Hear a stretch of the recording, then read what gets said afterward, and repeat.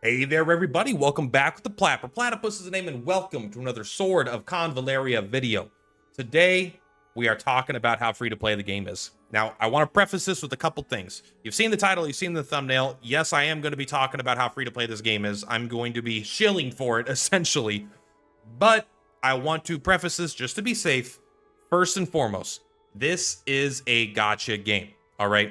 Even though I'm gonna try to make the case for it being the most free-to-play gacha game I've ever played, and the most free-to-play one I've ever seen. I haven't played them all. Most free-to-play one I've seen. You do have the ability to spend thousands of dollars in this game every single month if you're that type of person. So, if you have a gambling addiction, if you are a give yourself an inch, take a mile type person, and you just know that about yourself, just being in the ecosystem will cause you to be at risk, it's probably still better to avoid it at all. However, if you have a strong budget or you just want to play completely free to play, I think that this is probably one of the best, cheapest gachas you could ever play for a couple reasons. I got a little list here. I know you guys like my little notepads. All right.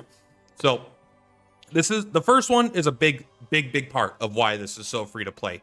But it's not the only thing, but we're going to go talk about it first. First, there is a full single player mode nearly devoid of gacha. It's not entirely, but it's nearly devoid of gacha.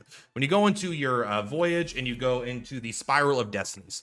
Now, this mode, again, it's not entirely devoid of gacha. Let me confirm two things about it, and then we'll talk about how good it is.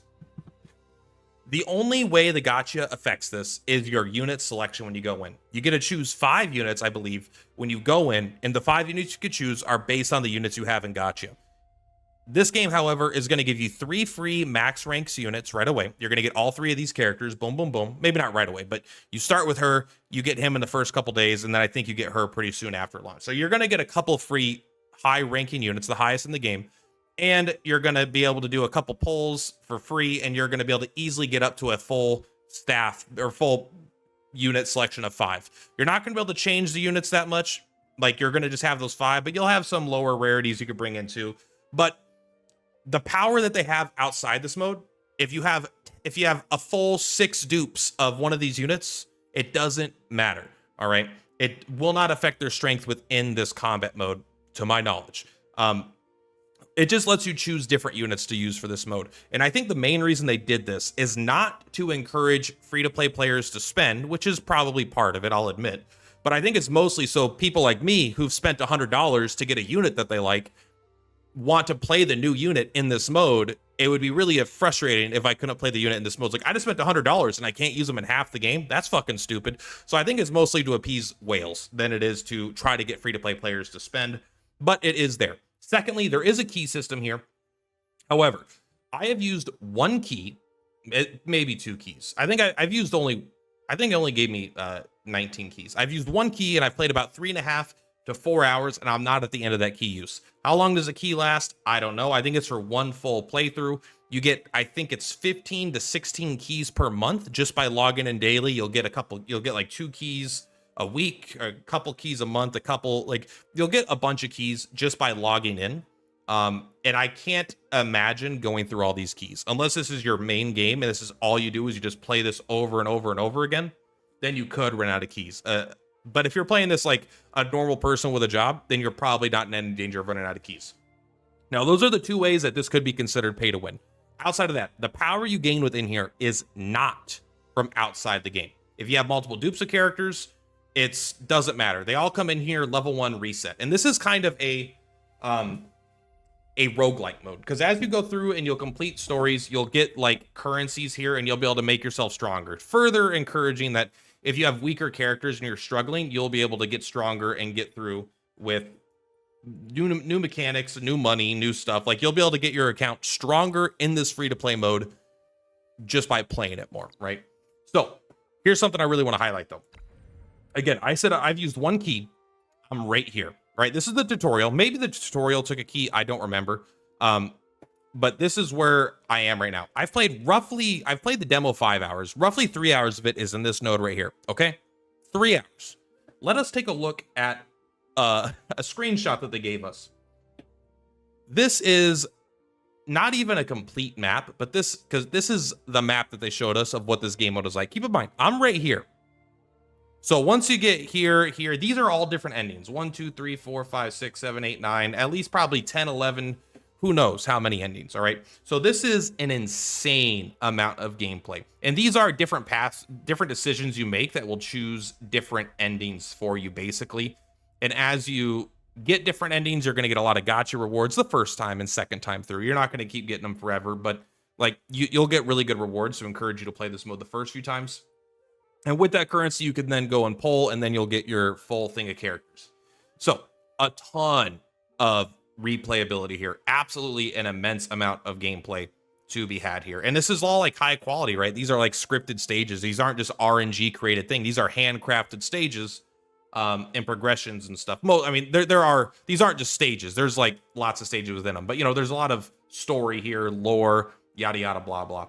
Point is, very, very worth. This mode is very good. Now, you do got to be careful. This isn't a gacha mode, all right? So eventually, if you drain this, but you enjoy the game and you want to still keep playing, it's a gacha game. You might be tempted to go to the gacha side, which I think is fine because that's what I'm playing the game for also.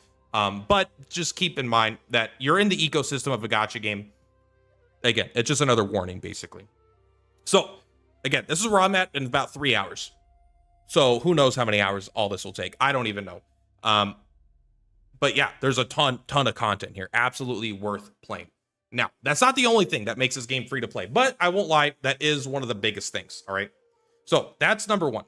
Number two is free to play gamers can reach high levels of leaderboards success. So I've talked to multiple free to play people. I don't even think, we don't have leaderboards in this demo version of the game, but there are multiple free to play players who reach in the top 5% of players, right? They're like, they pass 95% of players and they're in the top 5% of all players on the entire server. Now, of course, that doesn't mean that, like, obviously that's still 95% of players. A lot of those 95% are free to play as well, of course, right? So it's not like saying you're guaranteed, but if you're a really dedicated player and you are meta focused, you absolutely could top PvE leaderboards, or at least not top them, but you know what I mean, be in the top rankings of them. PvP is out of the, don't even consider it if you're free to play PvP. It's a gacha game. PvP is Whale Wars. That's just the way it is. But you can get high in leaderboards with PvE content, which I think is really cool, on top of the full single player campaign. But one of the things that actually, now that let's get into the actual gacha aspect of it. What is so unique to this game, and I've never seen it in any game ever. And I can't show you a visual example because the Steam demo, I wish I could. I'll do an update video on some of this stuff later.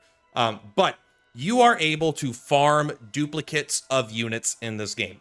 So if you pull one copy of a super meta unit, think of Honkai Star Rail. If you pull one copy of, I don't know, Blade, Silver Wolf, something like that. Once you have one copy, you could daily farm their duplicates. Every single day, up to 3 characters can get up to 3 shards. So there's 9 shards available per day across 3 characters. So when you pull a dupe in this game, you get 50 shards immediately. Boom. So if you get 5 copies of a unit or 6 copies, that's 300 shards you need to rank up a unit. So once you get up to 300 shards, you're done, basically, right? But if you don't pull on those, if you just pull for new units, you'd never need to ever pull dupes on a lot of units. Now, a lot of general banner units, you'll just happen to rank up. But here's the breakdown, basically. 1 star, 0, right? You don't need any shards for 1 star. That's your first copy. Now, there is a pity system in the game. You're not guaranteed to get units till you get to 180, but I think what they said was about 2 months, 2 to 3 months is what it'll take to save up free-to-play currency to guarantee any unit in the game you want, basically, any banner unit that you want. This will be much shorter period of time at the launch of the game because a lot of free-to-play rewards. There's going to be a shit ton of rewards when the game drops. But once we're past the honeymoon phase, it's going to be about 2 or 3 months, I think, to get to 180 pulls, which is the pity, but you'll likely pull them before then, but it's not guaranteed. So once you get 1 copy, you need 0. Now, this is what's really, really cool. This is basically how long it takes. Yes, ranking something up to the max 5 stars is going to take 100 days. That's a lot, all right? That is a lot, I'll admit. 100 days is a long time, but there's a couple things worth noting. First, I can't do this in any other gacha. I've had Blade for over 100 days in my Honkai Star Rail, he's not any higher of a star level than he was before because I never pulled on him since then, right? So he's stuck there unless I spend pull currency on him. This game is not like that. You can rank up your favorite characters to 5-star. 2, this is 3 different characters at the time. So it's not 100 days per character. It's 100 days for 3 characters. It just takes the same amount of time because they're doing it simultaneously. And then finally, I would say if you're free to play or anything, just like for the most part, you only need to get most of the power, not all of it, but once a month, 27 days, you can get up to 3 stars. That is the first big power spike for most units. Now, there are some units that will have a bigger power spike at 4 and the biggest at 5, but like for the most part, units get their biggest, like 5-star stronger than 3-star, of course, but their biggest thing that gives them a huge amount of utility is going to come at 3 stars. Basically, they have a passive ability, and at level 2, they get increased stats and a little bit like higher percentage on an ability. And then level 3 and 5 are usually where the passive gets like a reduced cooldown or an additional effect. It's usually like a milestone power level increase. So getting 3 stars in under 30 days is super powerful because you could just switch out other characters, right? After 27 days, switch out those 3, get all your characters on your account up to 3-star. That's pretty fucking good for free to play. You could have a full account of 3 stars. Now, when you want to push them to 5 stars for a couple units, probably, but that's going to take a lot longer, I'll admit. But still, I think most people are going to benefit the most from the 3 stars. Anyway, these are the main reasons that I wanted to talk about why this is such a free-to-play game. Not only is there a full, incredibly hours and hours and hours and hours. I'm at 3 hours, and I'm not even close, right? So maybe 20, 30, 40 plus hours of gameplay in the single-player mode. Pretty much completely devoid of the gacha. You're able to be successful on leaderboards if you're dedicated to the meta and you're a dedicated player. And you can farm dupes. I've never played a gacha where you could farm dupes, ever. It's like you have to log in every day to do it, but that's kind of what gachas do. They want you to make it a habit, right? There's also like a lot of really, really cheap ways to spend a little bit of money and get a lot of rewards for it if you want to be a light spender, but that's not really what this is about. This is about it being free to play. So this is kind of like an insanely good deal for free-to-play gacha gamers. Because you can just ignore, if you're super ultra, you just want basically a console-like experience, ignore the online mode entirely. 95%, do a couple pulls in the beginning with your free stuff, get a couple units, and then just enjoy the story. Outside of that, then just like, if you want to play more of the game, you could be very competitive, rank up your stuff, be part of a guild, have a whole online tactical experience as well. So overall, this is definitely the most free-to-play gacha game I've ever played, that I've ever seen. I'm sure that there's more free-to-play ones out there because I don't have perfect knowledge, but this game is absolutely, I think so far it's set a bar in terms of what I expect from a free-to-play player's experience. If a new game comes out and the free-to-play player experience doesn't have like this level of support, I'm not going to be nearly as interested. Now, I'll admit, Persona is going to come out, and I'll be playing Persona because it's Persona, and I doubt it'll have such a good mode. But, I mean, for the most part, like, if it's something that I haven't heard of an IP of Sword of Convallaria before, right? This is like a new IP. I'm not going to just pick up a random IP gacha if it doesn't have this level of single-player free-to-play support anymore. It's kind of moved the bar for me, so I really like that. Anyway, again, much love. Purplatypus is Purplatypus. I'll see you on the flip-flops. Bye! Platypus on the rise, watch the views go.